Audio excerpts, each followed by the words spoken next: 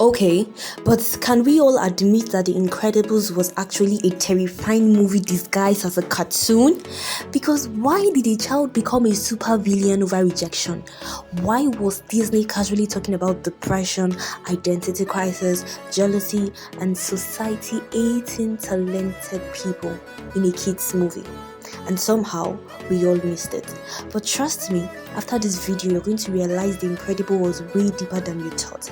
And if you love cartoon breakdown, Disney secret, hidden details, and childhood movies that you secretly unhinged, subscribe right now because this channel is for you.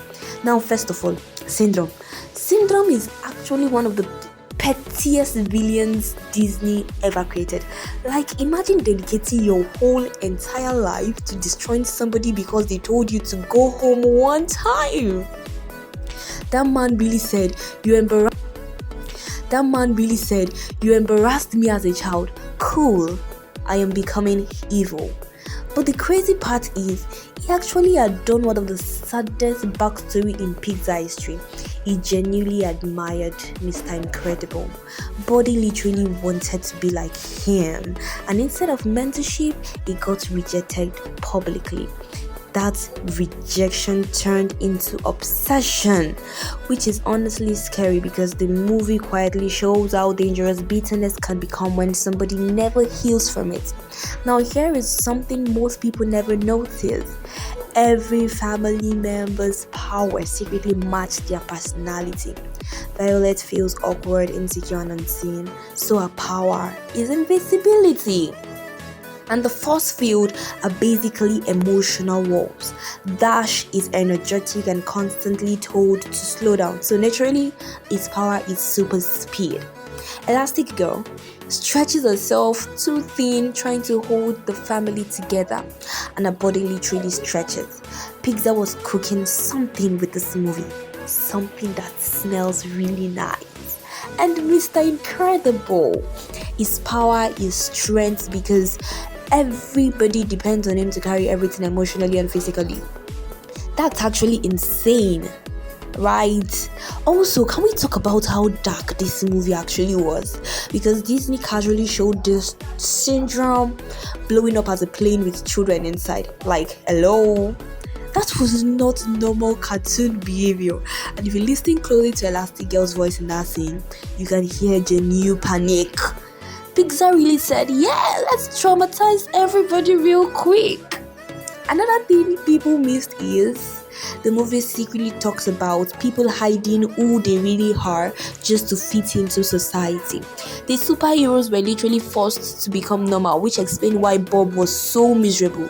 Like, that man was depressed working in that tiny office. And honestly, the scene where he helps the old lady at the insurance company was one of the realest scenes ever, because Bob clearly hated seeing people suffer while pretending he couldn't help. Now let's talk about Edna Mode.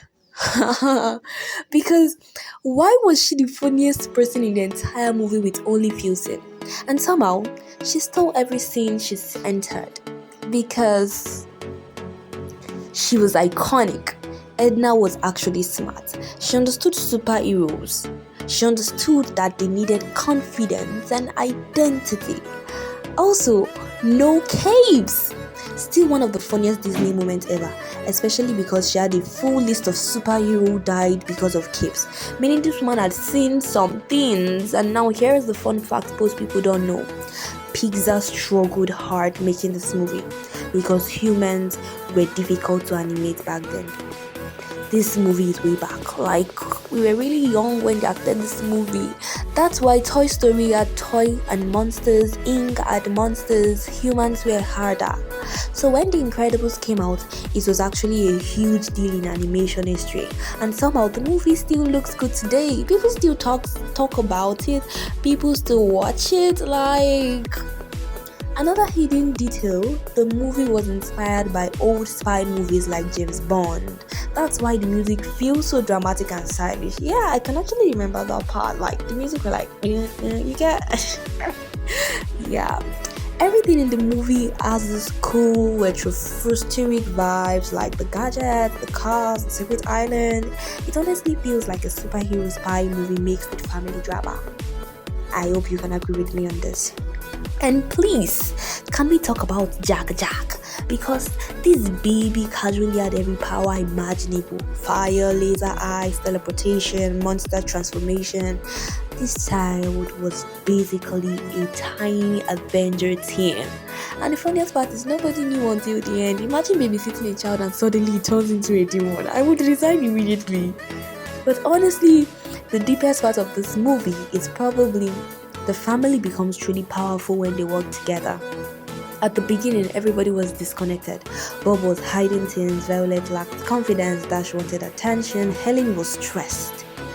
But during the final battle, everybody trusted each other, and that is why the ending feels so satisfying and soothing, because it wasn't just about defeating a robot, it was about becoming a family again. And honestly, that's probably why The Incredibles still feels different from most animated movies today.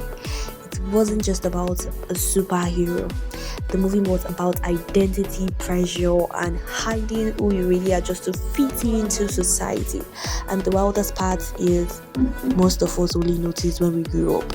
That is the shocking part. So tell me, what's the one thing you noticed in The Incredible as an adult that completely went over your head as a kid? Because there are still so many hidden facts we never noticed, because we watched those movies as kids trying to just have fun and not really understand the message they were trying to pass.